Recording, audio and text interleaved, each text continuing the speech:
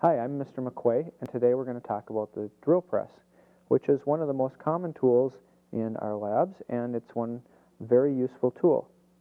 First thing we should look at is the safety sheet.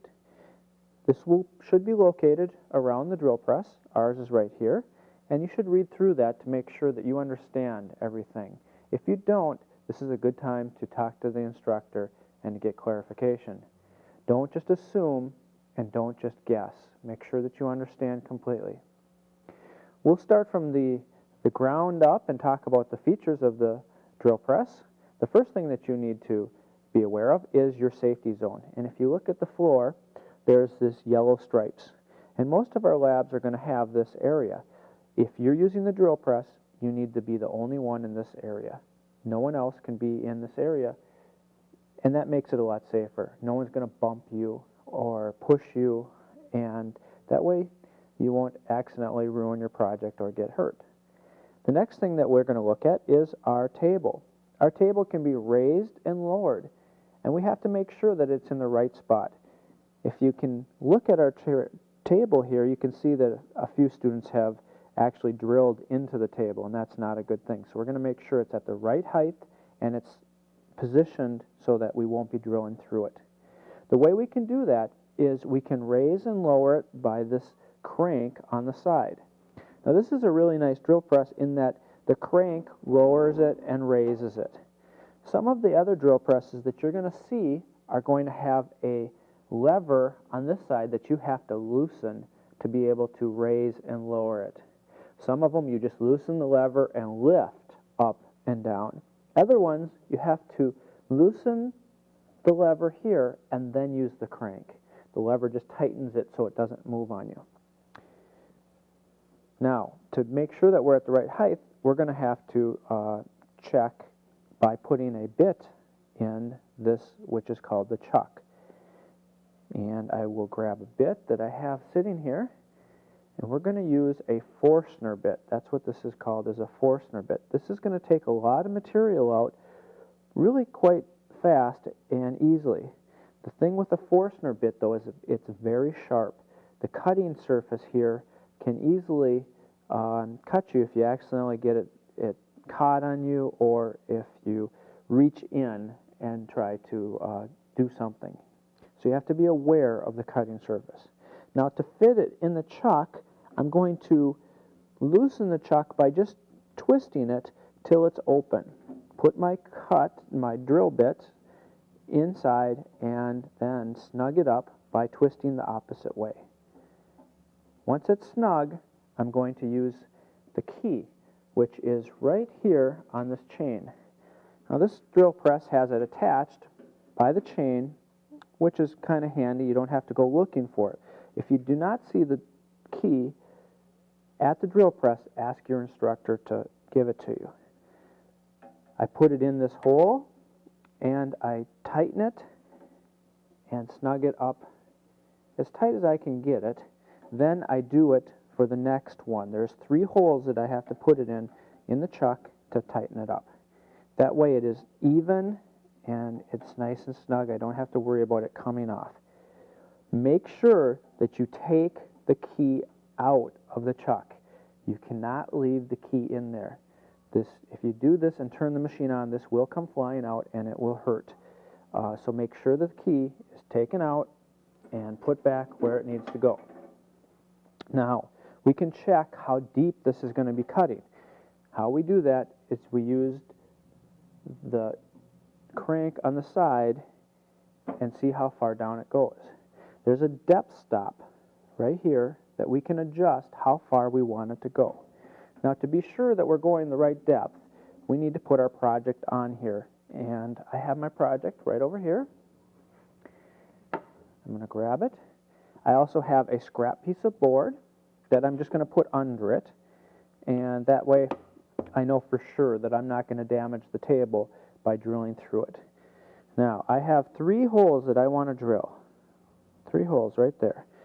Before I drill those, though, I need to make a little indent so that the bottom of my Forstner bit will go in there and it will be centered in where I want to drill it. To make the indent, I'm going to use a scratch awl, and I'm just going to put it in the center and just give it a little tap where I want to drill those.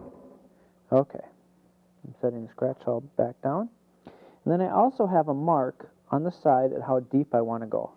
So I'm going to make sure that I'm going where I want to, just setting the project just to the side, bringing my bit down and seeing if it's going to go deep enough. Now you can see that I'm not quite deep enough, so I'm going to change the depth stop, and I'll just do it with this hand here to make it a little deeper. Now this is spring-loaded, so if I let go of this, it's going to snap back, so that's something that you have to be careful of too. I need to go just a little deeper, so I'm going to raise this up just a little bit more. Just a little bit more. Just keep adjusting it till you're right where you want to be. Okay, I'm going about halfway through my board. Now we have adjusted the depth. We're not going to go through the table. And the next thing we need to do is clamp our work to the table so that it doesn't start spinning us, it doesn't fall, it doesn't move. To do this, we can use two different methods. One is a vise. You can use a vise to set down on here. The other way is to clamp it to the table itself. The vise for this project would be, this is too wide to use a vise, so we're going to clamp it to the table. I have some C-clamps and a couple blocks that I'm going to use. The blocks are going to go underneath here, and I'm going to put my C-clamp on, and I have to adjust it a little bit. It's not quite tight enough. And I'm clamping it down. So that's the right tightness for my C-clamp. The only thing, where I want to drill is not in the right spot. So I have my C-clamp adjusted. I'm just going to move this over and check to make sure that I'm drilling in the right spot. And it's off just a little bit here. So I'm going to move it a little bit more and get it lined up. And that looks really good. So now I'll clamp it secure. Now if you are unsure, have your instructor check this to make sure that it's not going to move on you and that it's secure. Now the next thing that we want to do is I'll show you how to turn the drill press on, but first let's get our safety glasses on, because to use this machine you have to have safety glasses on. And I have mine right over here. I'm going to grab my goggles. I have glasses, so I have to use goggles, which is fine. And I have them on my face now. Now, to turn on the drill press, the box to control it is right here. Start and stop. If the stop is pressed in, you just twist it to get it out. Just like that. Now, for drilling, you can drill it, different materials take different speeds. For the purposes of this lab and most of the middle schools, we have it preset for you. So you don't have to worry about the speed that this is going to be turning. In the high schools, that's different. You'll be setting your own speed. But for our purposes, it's set at the right speed. So I'm going to turn it on now. It's spinning. I take and bring the bit down and just start drilling until I come to the stop, and I'll feel it when it gets to the right depth. There, I'm at the right depth.